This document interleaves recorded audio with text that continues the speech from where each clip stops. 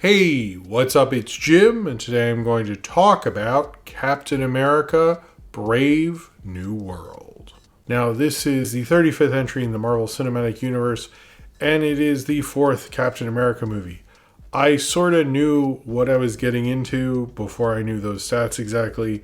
I understood this was not going to be the greatest Captain America movie ever or anything. I thought that was a little crazy. It's a fairly solid series to the most part. And I kind of knew this would be, I don't know. I just expected a good, like, a lot of people think is like intelligent political thrillers. I thought The Winter Soldier, skirts around surveillance issues, but was never really as deep as everyone acted like it was. It's really good. I don't go for it for its views on surveillance and Minority Report type ideas. And this is sort of similar in that.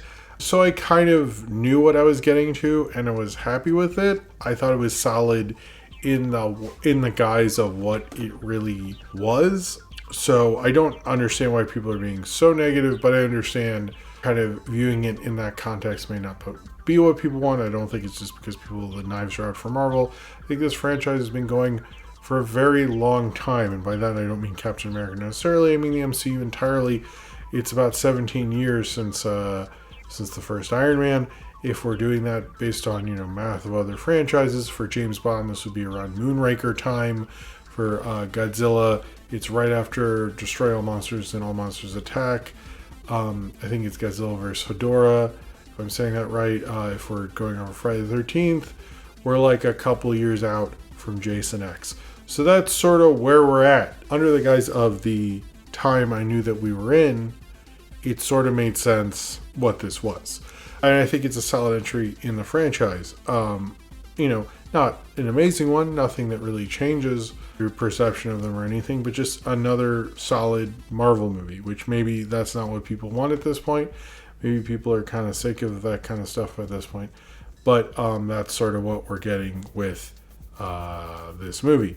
As well as it's kind of the big, Falcon or Anthony Mackie finally takes the shield, even though he sort of did in, other, Falcon Winter Soldier already. But this is like he's Captain America the whole time and all that stuff. So it's like, his big kind of coming out party. I don't know necessarily if it gets as much into that and highlights his personality as well as Marvel movies used to, which is a kind of a thing I've noticed they sometimes do really well and then sometimes just ignore. And I feel like they sort of don't play with his personality as much. I feel like some of the how he does conflict, particularly because he is did group therapy and things like that is reflected in that, but it doesn't feel like necessarily it's an Anthony Mackie movie. It feels like it's a Captain America movie that Anthony Mackie is in, and it very much feels like in the genre of Captain America, even more so than MCU. It is the genre of Captain America. In fact, it has so many similarities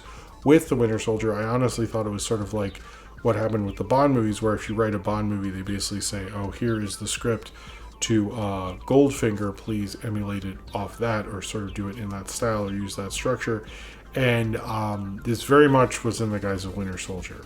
From everything from that there's a big secret hidden within the government. The end sequence has a big fight in the sky that Cap goes into a hidden base with his shield for some reason, but is still wearing normal clothes. There's a Black Widow who at first you're like, I don't know, maybe she's not on our side. No, she is. Don't worry about that. There's a fight at the beginning where no one's really sure what was going on, and some people are after the civilians while other people are after these things. That there's a major gunfight with a car. That happens twice in Winter Soldier. You can pick which one you want to choose. Oh, there's an older actor who is also known for being in political thrillers. Last time we got Robert Redford. This time we got Harrison Ford because he was in 2 Tom Clancy movies, which is, those are about as deep politically as these are. Those movies were never deep. I hate to break it to you. Or the other ones. There's like a bunch of them. A evil scientist being in a lab who you didn't expect to show up, being on the run, being told not to investigate stuff. Oh, the introduction of a new Falcon. A major character is in the emergency room and becomes a major point for the main character or the Captain America to really fight extra hard because that guy is in the hospital. There's a lot of similarities down there. You could say this is the most blockbuster structure, but I kind of felt like they were just sort of being like, hey, what if we went after the Winter Soldier thing again. Smart move. Winter Soldier is a really cool movie. This is not as good as Winter Soldier, but under the guise of being sort of a sequel to Winter Soldier, and by the way, Civil War is sort of not a real Captain America movie in a sense. It's like Captain America and definitely a sequel to Winter Soldier, but also sort of an Avengers movie, so whatever. But anyway, Captain America Brave New World. Captain America Brave New World is about Anthony Mackie, is now Captain America, and he's trying to help President Ross, this time not played by Sam Elliott, which I forgot about that one, or William Hurt, and is now played by Harrison Ford and doesn't wear a mustache. And he is president. His daughter Liv Tyler, who's the same person, I guess, she won't talk to him. That's sort of important. I don't know, whatever. But he is trying to come up with a treaty because of the big Eternal that came out from the Earth. Remember that? Everyone said they wouldn't talk about what they talked about in this. And there are various different resources and metals in there, one of which being adamantium. So the president is trying to make a treaty, and some adamantium was stolen, and all this nonsense going on. And Captain America has to help save the treaty as there's been an assassination attempt using the original super soldier and various kind of brainwashing techniques, which are always so much fun when movies do that. And they try to assassinate the president, and they have to figure out what is going on and who is mind controlling people to do their bidding and destroying the government from the inside and trying to ruin this treaty, which should give America and the world valuable resources, but mainly adamantium because, Wolverine. Again, I expected this movie to be what it was, and I was pleasantly met with it. I think if you're coming to this to be more than it is or not what it is or anything like that, I think you will be sort of disappointed. It's not really trying to do anything more than make just a solid Captain America sequel, which I think it succeeds in doing that, if anything else. It is not really trying to be the Marvel charisma-a-thon. Really, they're not giving Anthony Mackie, who has tons of charisma, I'm not blaming him, in the movie. They just don't showcase it as well as I think they really should have.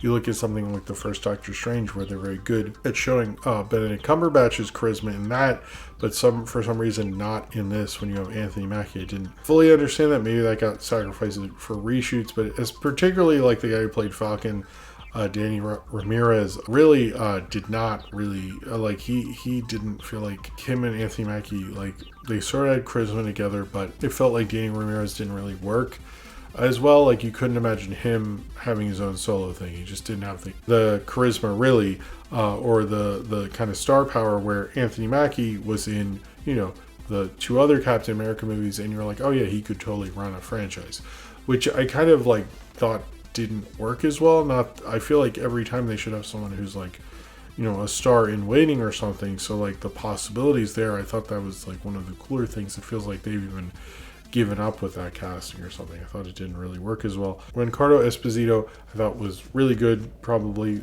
one of my favorite parts, even though he's barely in it. Harrison Ford, for some reason, looks like he's having more fun doing franchise stuff, which is weird, but whatever. He was very good. I didn't feel checked out or anything, which I guess is our par for Harrison Ford performances. This is directed by Julius Ona, who I don't really know his work. And I get using the Captain America movie to launch new directors, but he didn't really, I know the insane reshoot stories, but at the same time, the action didn't feel as immediate as even from something like Winter Soldier or the other Captain America movies. They're very good at shooting fight action sequences and stuff, even in the cut up Marvel way and stuff. They're very good at understanding geography and location and stuff like that, but it didn't feel as visceral, and I think that was sort of a problem. It kept sort of cutting around when felt like you could have probably done it in a few shots. It sort of worked for it in its own weird way, but it just felt odd to me. In a sense, this is if Jack Ryan's Shadow Recruit had been a decent movie. It's sort of a good kind of thriller, and that's really what a Captain America film or story should be. And it's sort of what Captain America stories are. There's a hidden secret in the government, and Captain America has to discover it. This feels very the Captain America comics I grew up with, much like Winter Soldier was. And I liked seeing that on the big screen. That was really cool. I get when people are oh, I wanted more. Maybe we're asking too much from the Marvel movies. At the same time, maybe I just am settling and like, I mean, that's fine, whatever. Like, I feel like they used to be such a big thing and we all be excited and like trying to read up on the comics that it's based on and stuff. And this one just is referencing the Incredible Hulk from 2008 for some reason, which is weird. And like, I don't know what comics it's even really based on necessarily. This time it feels like no one's talking about that. But it's the same point. It felt very Marvel Comics because like they're referencing things like a weird obscure story that's being sort of followed up on in a different comic. Like oftentimes in comics that would be like, well, the writer, you know, like I think like John Byrne was writing Fantastic Four first. So for some reason that we found out that Jean was in the ocean the whole time and the Dark Phoenix was a different thing. You're like, why would you do that in Fantastic Four?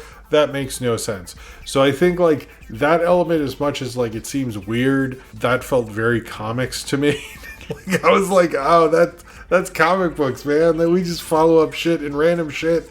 It's like, especially Marvel, like, oh, you forgot this continuity? We love continuity. I'm going to bring continuity from another thing you didn't think mattered in this continuity because it's all continuity.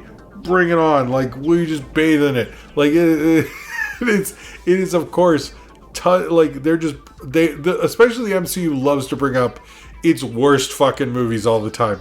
It's like, can we bring up Thor: The Dark World and Endgame? Absolutely. Why not? Everyone would love to have that reference.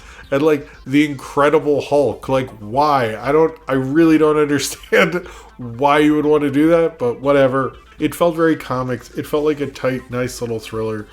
I don't know. I don't understand why people are upset, but I do often feel like I've said this before in other things, like people should just be cool with like, hey, sometimes we just have another installment and that's kind of neat too.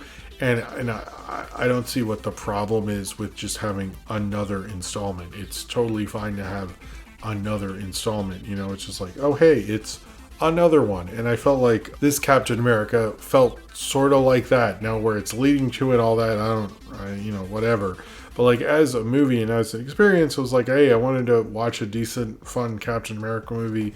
And I did that. I actually like was on a bus and I was by myself for a little bit without my family for a few days, and the first thing I did was see this movie, and I was like, hey, that was neat, that was fun. It didn't really stick with me. It didn't make me think about like, oh man, what if the government does this, you know?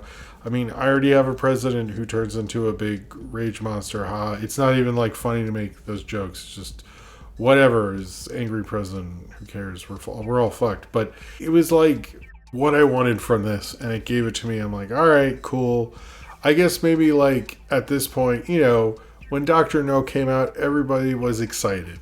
And then when Moonraker came out, you're like, why the fuck isn't this guy in space yet? This fucking sucks.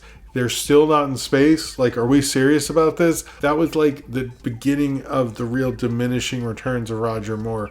We have to accept where this franchise is in its place. And like, in terms of a franchise that's in its 35th entry, this deep in, all this stuff, it was like good, you know, it was fine. It was good. You know, it's not great. If you want, do you like Marvel movies? Here's a Marvel movie. You don't? Well, then go away. Why are you here? I don't understand. It's like the fourth Captain America movie, you know? Like, I was fine with it. You know, I wish the new Falcon had been better, honestly.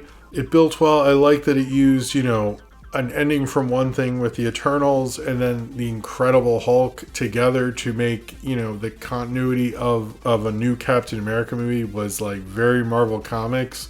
But that's what I expect. I thought it was a very comic booky political thriller movie. It had probably too much going on in terms of all that, and it probably honestly could have been a better showcase for Sam Wilson. I think it's sort of in an awkward place because like we already know this guy. He's been in like movies for over 10 years, this character, I mean. So it like doesn't really, you can't really do the intro thing, but it seemed like they didn't know how to reintroduce someone, which would have been cool. Instead, it's like, he's here, I don't know, whatever. I think this is good under the guise of what it is, where the MCU is, and what it's trying to do, which is honestly just like a cloned sort of structure thing of Winter Soldier, bring in all the continuity of the MCU. It's sort of like What should a Captain America movie be? Sure, it should probably be some semblance of the Winter Soldier. And what do we want? How do we want the MCU to advance with like the adamantium stuff, with the Eternals thing, and for some reason the Incredible Hulk. It's confusing. It's weird. I don't fully understand why they made these creative decisions, but hey, that's Marvel, baby. That's exactly what you get from something like Captain America Brave New World. So if you have seen Captain America Brave New World and you would like to talk about it, then comment below in the comments and subscribe if you would like to.